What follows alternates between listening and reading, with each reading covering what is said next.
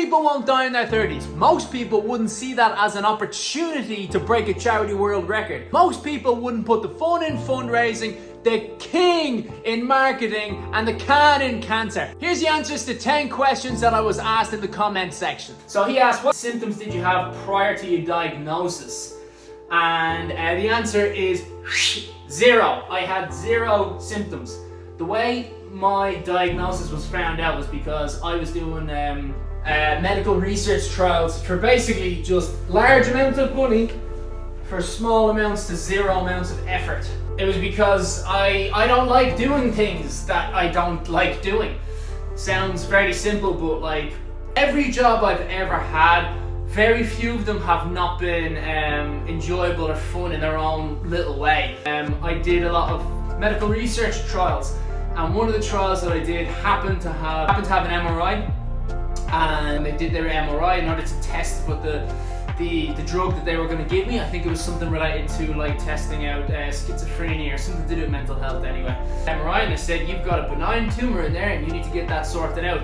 So even though I didn't have any symptoms, I was just, by the fucking freakish amount of luck, this is why I'm the luckiest unlucky man in the world, freakish amount of luck, I was getting a scan at a time where I actually had a brain tumor, even though I had 0 symptoms. Now, how do you deal with the pain? Can Jesus heal the pain that is in my heart? Jesus can heal your pain! I'm trying to think of like what that meant. So I'm going to answer kind of 2 separate questions. One, I don't have symptoms. So I never had symptoms. I've had some seizures after my craniotomy and my radiotherapy, but I never was like walking around outside of the seizures. Most of the time I'm not walking around with headaches, I'm not walking around with dizziness. I've lost my speech a little bit, but that bounced back fairly quickly. So for the sake of this answer, we'll just leave that out. Pain in terms of the surgery itself felt very similar to that scene from Casino where Joe Pesci has a guy's head in a vice. I got your head in a vice. I'm gonna pop your head like it's a grape. I'm gonna squash your head like a grapefruit if you don't give me a name. That's what a craniotomy feels like, because the actual skin that they cut out, the brain tissue that they remove, that's numb, so you don't feel that. But you do feel this really sore pressure on your head. Now that's actually quite tolerable. It's uncomfortable, but it's tolerable. The reason that the surgery actually finished up was because the pain from my hips from just staying in a perfectly same position is the reason that they stopped the surgery. My hips were cramping up really bad, which seems weird because it's actually quite a natural position for someone to sleep in. For me in particular, I lean on my right hand side position. I sleep in the fetal position comfortably, and even during surgery when you can't move at all, that's the big thing. You can't move in the slightest when you're getting a craniotomy. Anyway, next. So question number 3. If you could go anywhere at any time with anyone, what would you do?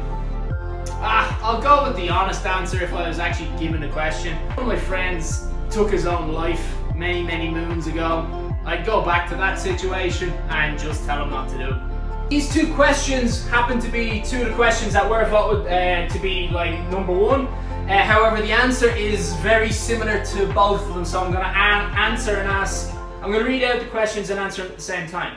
What advice would you give to someone who is experiencing the cancer of a parent or relative? And then Dr. Stormont has said, my wife has been fighting breast cancer for the last 1.5 years. My mother has recently been diagnosed with breast cancer in her throat. My question is, how can I acquire your level of energy and enthusiasm? I feel like a failure far more often than I should. Because I don't have enough positivity and joy to keep things going. Thank you for what you're doing. So that's a heavy fucking question, but they're kind of fairly related. I would think the best advice to do that, from my perspective, is to not treat them differently.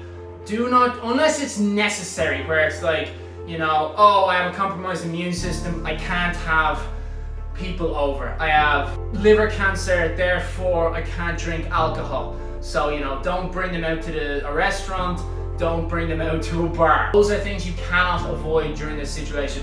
But in general, don't treat them differently. If you want to try and contact them like more often, then do it. But don't make every conversation like, how's your chemo, how's your this?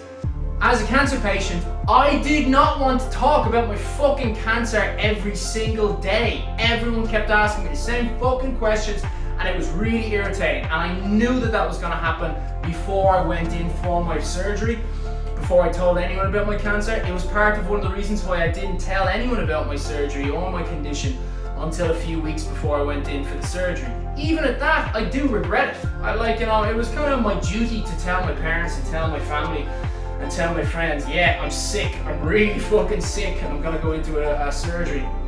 The reason that I did it was because it could have affected my ability to speak, so I knew I gotta tell them now, or I might not be able to physically tell them down the line. And I would imagine from the cancer patients that I've spoken to as well, I don't want to speak for everybody, because some people do. Some people want that extra love, some people want that extra care, some people do want to talk about their health issues. My dad is a hypochondriac, and he talks about how he's sick way more than me or any other family members that I currently have who have cancer, and there's a few of them at the moment. But that's just his nature, that's who he is. I'm not one of those people, so I don't know. Every human being is, I'm fucking repeating myself with all this, every human is an individual, every case is an individual. Don't pity them. No one benefits from pity. Just treat them normal, give them more time, go in and just act like it's not fucking happening. If you find that you keep sort of, you're down and you're letting them down and you feel like a failure, the best thing that you can do is just pretend like it's not happening. I know it sounds like terrible advice, but if you go in there with that kind of energy, that energy will bump off, and you'll be able to lighten their spirits a small amount by just being there and being with them, being present with them, rather than coming in and being like, you're gonna fucking die! Because if you do that, then that's gonna be how they feel. It's gonna be an instant reminder.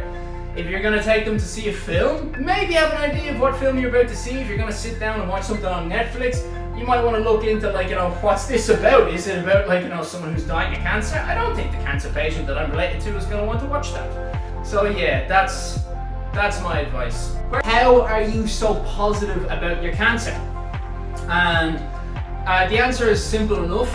It goes back to the answer to my first question, which was I don't have symptoms, so that means that I don't have things that are holding me back. I have lifestyle choices that I need to be smart about. Like I need to, make sure that I'm eating the right thing. That's a salad for an adult. That's how you get Capone. Heavy in flavor. Woo!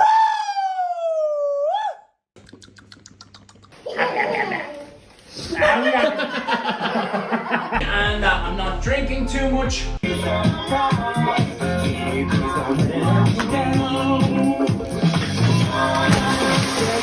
Sweet lady liquor eases the pain. You have to watch out for some things that I try to avoid in order to, outlive what the statistics that were given to me. Try to make sure that I get past a year and a half, and then it's like, woo, I beat the stats. The short version is simply that when I discovered the situation that I was in, I saw it as the opportunity. I saw it more as an opportunity than a negative situation. I knew, all right, brain cancer, the way you die from brain cancer is you're going along and you remain cognitive and you remain able to do things. You can, still get physically fit and whatnot. It doesn't wear away your body. It doesn't wear away your mind until it starts to. And once it starts to do both of those things, it happens very quickly. So I thought to myself, all right, that means that I have a gap, I have a window where I can do some cool shit, and I can use the pity party, the negative stereotype of cancer against itself, and I can do some interesting shit. And so, yeah, pretty much from the get-go, I started seeing there's an opportunity here. Still to this day have been got the blinkers on, and I see only goal at the end rather than you're gonna fucking die, you can't have a family, that was the thing you liked, you're not gonna be able to, do I was joining the army, well not joining the army, I was joining the reserve army. It's like, you're not gonna be able to join the reserve army. I was upset about that, but I got over that fairly quickly. I was asked the question, who's my celebrity crush? And without any doubt, it is Ryan Reynolds. He's the sexiest man in the world, never mind Hugh Jackman. That man's a blow-in. He was only in the handsomest man in the world for about 5 minutes. Ryan should have been number one, he was robbed. Ryan Reynolds is sexy even when his skin is burnt from having super cancer. He's an inspiration to us all. And I want to have sex with him. What if Ninja got a low taper fade or low fucking trap fade or something like that? I had to Google the thing. I knew who Ninja was. Welcome to Twitch. I knew who Ninja was. I don't know how to answer that question. I don't know, fucking good for him. I was then thinking about more so of how the Irish haircut, which I do not adorn, the biggest Irish haircut that you can have is definitely just blitzed sides. That's what we call it. We call it the annihilate the sides. You go into a barber and you say that to him, absolutely blitz the sides. And you can see that on the Irish rugby team as well. Conor Murray would be an absolute blitzer of his of the sides. Same with loads of the boys. You go over and you look at the Irish squad and you think, yep, there you go, sides obliterated. Okay, next question. So Yoka Studios has asked, has this whole movement and all the running helped slow or shrink the cancer at all? And the simple answer is we don't know. The last time we got a scan, it said there was no growth, which is obviously very good, but we don't know in order to know for sure if that has had a positive effect on me in particular. Generally, you know, being fit and healthy has your body robust. It increases your ability to, you know, have a better immune system. There's 1,000 different health markers that increase from being, you know, fit and healthy. So logically, you'd think that it has had a positive effect on my life expectancy in a general sense, but there's no direct research to say that it has caused an increase in my life expectancy or my life quality. So we don't know. No one knows. The best scientists in the world don't know. Where was the moment you decided to be proactive and shoot for this goal you're after? Did you always have this much passion in everything else you did before your diagnosis, or did the diagnosis wake up another part of you? Well, like the passion and sort of the energy or whatever you want to think of it as, it would depend on what I was doing. I am the kind of person that commits hard to things, but then I also get bored of things quite quickly. So in terms of like my focus, this has certainly kept me to focus on this a lot more, but like kind of my pizzazz and my demeanor, that's been there for years. I was the class clown. I went to, you know, when I was like in my rugby team in university, I barely played any games at all, barely went to training because I wasn't living near the campus. And like every fucking player knew my name just because I was a wild cunt whenever we went on the nights out. Like, so I was the class clown in university as well, a class clown on the rugby team. So I've always kind of had that. Like I worked as a pub crawl guide and saw the opportunity. I knew who I was. I knew that I could be loud and obnoxious and like getting people's sort of attention. And then I could also use the story that I have to be like, yeah, this guy is loud, obnoxious and annoying, but what he's trying to do is brilliant. And when you combine those two things together, I felt that I could get a lot of followers, because Christ knows I've seen enough people on social media that are just annoying and irritating and obnoxious and unpleasant and very much not everybody's cup of tea, and they have like, you know, 15 million followers for doing fuck all. So I was like, okay, I could be one of those really annoying dickheads and then also have meaning behind what I'm trying to do. I think I could do something really fucking cool if I put my mind to it and if I focus on it. So it comes down to something that I really believe in, and I think it's Maslow's hierarchy of needs, which it breaks down to a quote that I really like and I do believe in and kind of live by it a bit as well. What a man can be, he must be. And I don't want to alienate women in that situation either. What a woman can be, she must be. And the must part, the most important part in that, because it's not just like, you know, if you can do something, you should do it. It's like you've been given a gift, regardless of whether you're religious or not. You're born and you have gifts from birth. or you have gifts that you are sort of you put in certain situations and you gain those gifts from the situations that you've been in. And if you don't use that, it's like you're denying the earth something that you have been given a talent for. And it's just like, maybe it's the Irish in me, but it's like you're skipping around.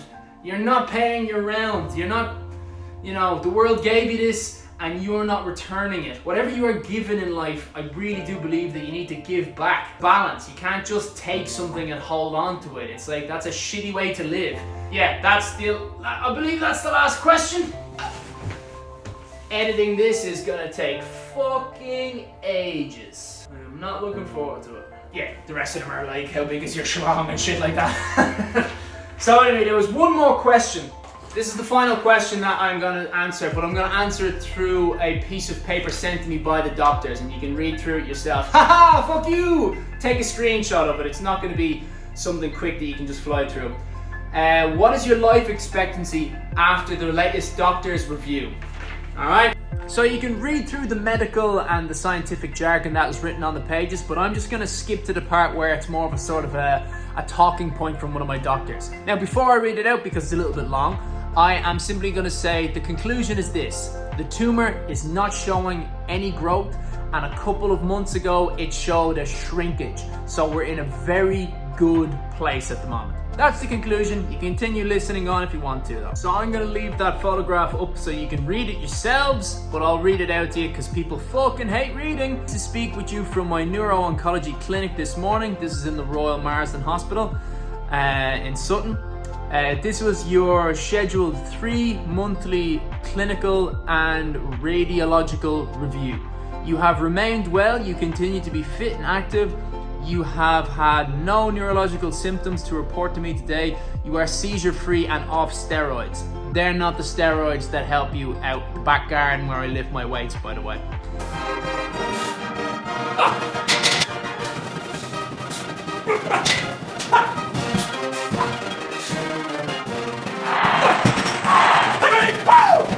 Consistent with your excellent clinical condition, your latest brain MRI scan from the 15th of February 2024, performed here at the Marsden, has shown stable appearances.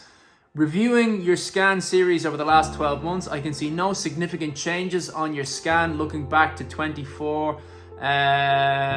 year ago exactly. I explained the reassurance scan finds you today. You'll be continuing your 3 monthly trial and radiological review, and I will arrange for your next follow-up appointment, blah, blah, blah, blah, blah, blah, blah, blah, blah.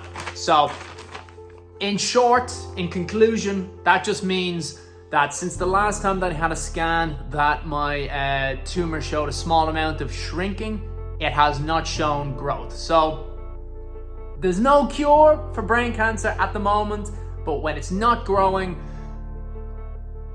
short term, it's a win.